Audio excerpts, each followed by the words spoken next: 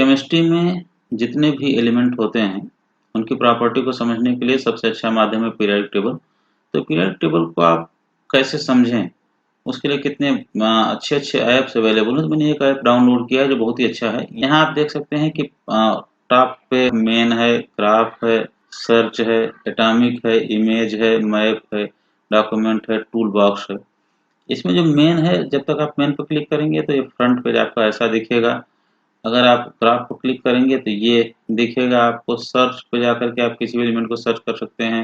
Atomic पे जाकर के कॉन्फ़िगरेशन को देख सकते हैं। इमेज में जाकर के तो इस तरह से आप इसको देख सकते हैं। पहली प्रॉपर्टी जो हमको समझनी होती है वो ये कि जितने भी एलिमेंट पीरियोडिक टेबल में मौजूद हैं उसमें से कितने एलिमेंट सॉलिड हैं, कितने लिक्विड हैं, कितने गैस हैं। तो यहाँ आप देखिए, जहाँ कर्सर है यहाँ इस मेनू में, यहाँ अगर आप सॉलिड पर क्लिक करते हैं तो सिर्फ उतने एलिमेंट आपको दिखते हैं जो सॉलिड फॉर्म में पाए जाते हैं। अगर आप यहाँ गैस पर क्लिक करते हैं तो देखिए oxygen, nitrogen, fluorine, helium, neon, argon, krypton, xenon और रेडॉन इतने ही हैं जो गैस हैं। अगर आप लिक्विड पर क्लिक करते हैं तो देखिए दो ही एलिमेंट आपको दिखते हैं।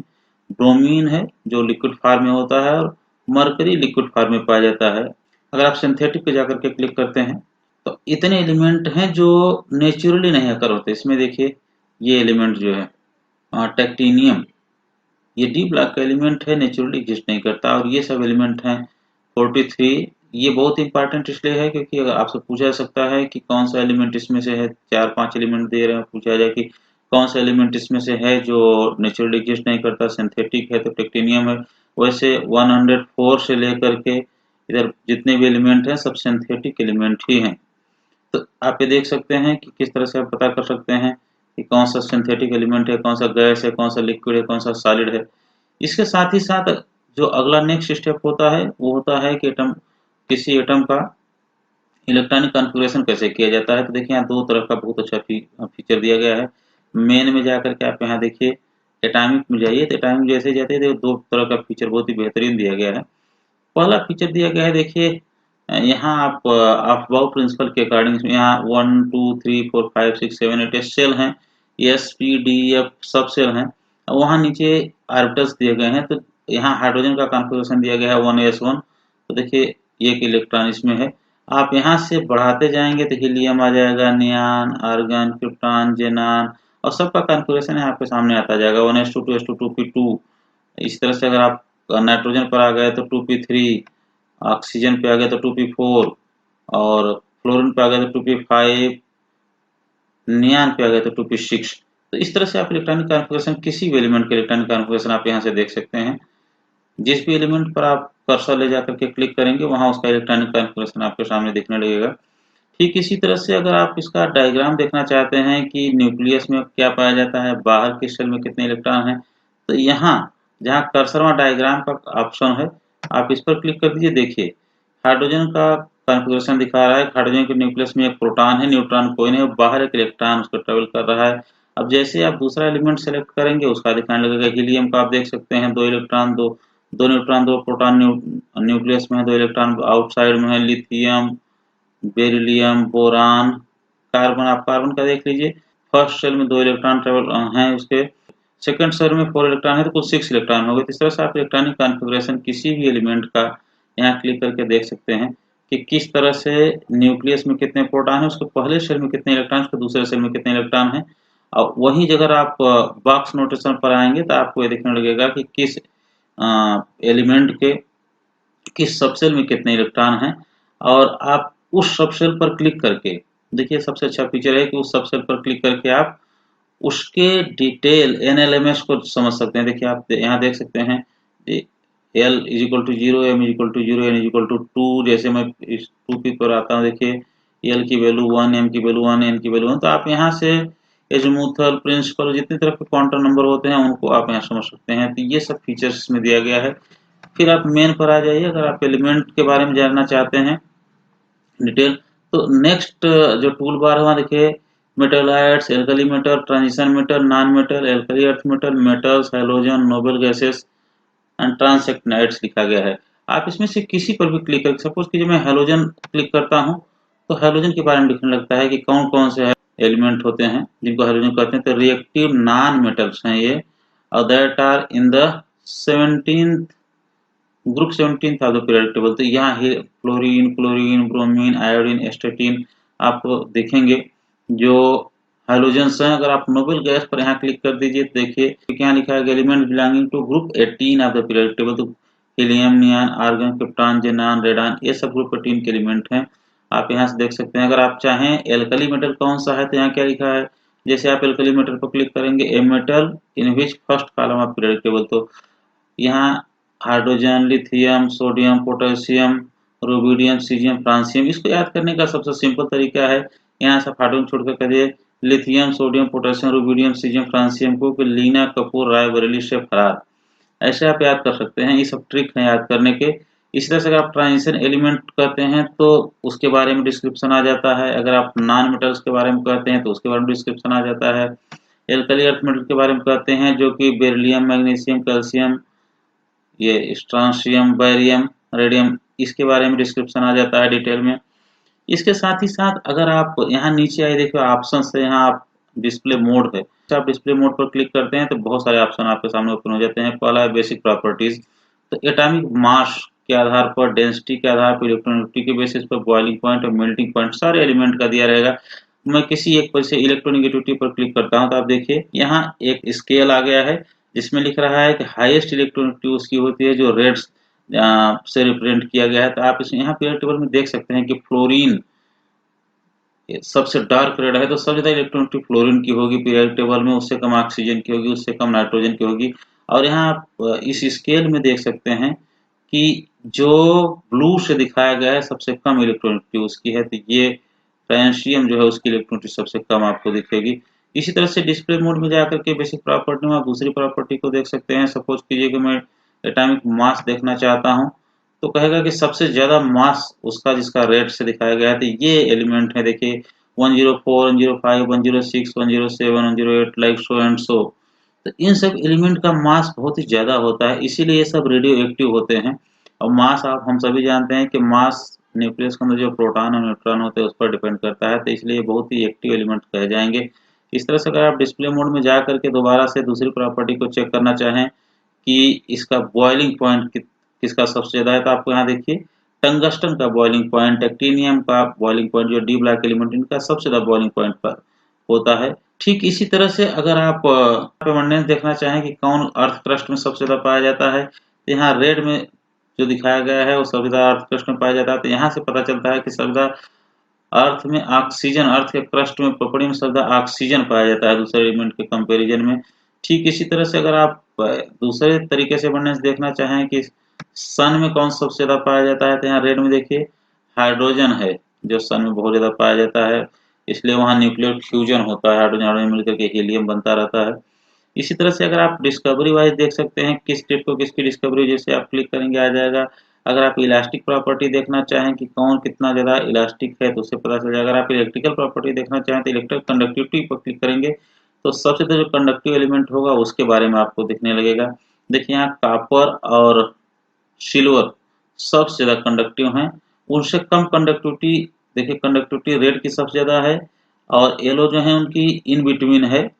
रेड से कम है तो आप कह सकते हैं कि एल्युमिनियम उनसे कम कंडक्टिव होगा, बेरियम होगा, कैल्शियम होगा, बैरियम होगा, ये थोड़े कम कंडक्टिव होंगे।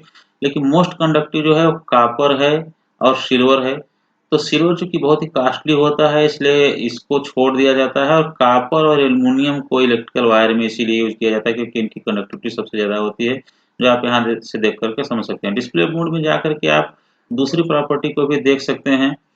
इलेक्ट्रिकल कंडक्टिविटी हमने देख लिया। आप हार्डनेस देखना चाहते हैं कि सबसे ज्यादा हार्डनेस किसकी होती है तो यहाँ देखिए ऑस्मियम की हार्डनेस सबसे ज्यादा दिख रही है, रुथेनियम की उससे कम है, येलो कलर के जो एलिमेंट है उनकी हार्डनेस थोड़ी सी उनसे कम है। ठीक उसी तरह से अगर आप हार्डनेस के आगे चले मैग्नेटिक प्रॉपर्टी तो मास मैग्नेटिक ससेप्टिबिलिटी, तो यहाँ आप देखिए सबसे ज्यादा मैग्नेटिक ससेप्टिबिलिटी या ब्लॉक के टीवी एलिमेंट की है, उनसे कम इन दोनों की है। तो आप यहाँ से कलर देख करके समझ सकते हैं कि मैग्नेटिक ससेप्टिबिलिटी सबसे ज्यादा किसकी होती है, सबसे कम किसकी। थर्मली आप देखिए थर्मल प्रॉपर्टी में आप देख सकते हैं कि थर्मल कंडक्टिविटी किसकी सबसे ज्यादा होती है। बहुत सारा ऑप्शन है, enthalpy of atomisation, enthalpy of fusion, enthalpy of vaporisation, heat capacity, thermal conductivity, thermal expansion. लेकिन अगर हम थर्मल कंडक्टिविटी को देखना चाहें तो क्लिक करते हैं तो देखिए रेड जिसका होगा उसकी कंडक्टिविटी बहुत ही ज़्यादा होगी। देखिए कॉपर की कंडक्टिविटी बहुत ही ज़्यादा है और सिल्वर की कंडक्टिविटी बहुत ज़्यादा है। एल्युमिनियम की कंडक्टिविटी उनसे थोड़ी सी कम है क्योंकि येलो कलर से दिखाया गया है। इसीलिए जो भी कुकिंग वेयर हम लोगों के बनते हैं उन वो या तो कॉपर के बनते हैं या तो एल्युमिनियम के बनते हैं, ताकि बेहतर कंडक्टिविटी हो और बेहतर कुकिंग, बेहतर हीट मिल सके और कुकिंग बेहतर तरीके से हो सके। तो इस तरह से आप अलग अलग प्रॉपर्टी को आप देख सकते हैं। यहाँ से थर्मल एक्सपेंशन देख सकते हैं कि अगर हीट दिया जाए तो सबसे ज़्यादा कौन एक्सपैंड करेगा, तो सीजियम सबसे ज़्यादा एक्सपैंड करता है, पोटेशियम से कम। ये आप देख सकते हैं कौन सिल्वर है, मरकरी है।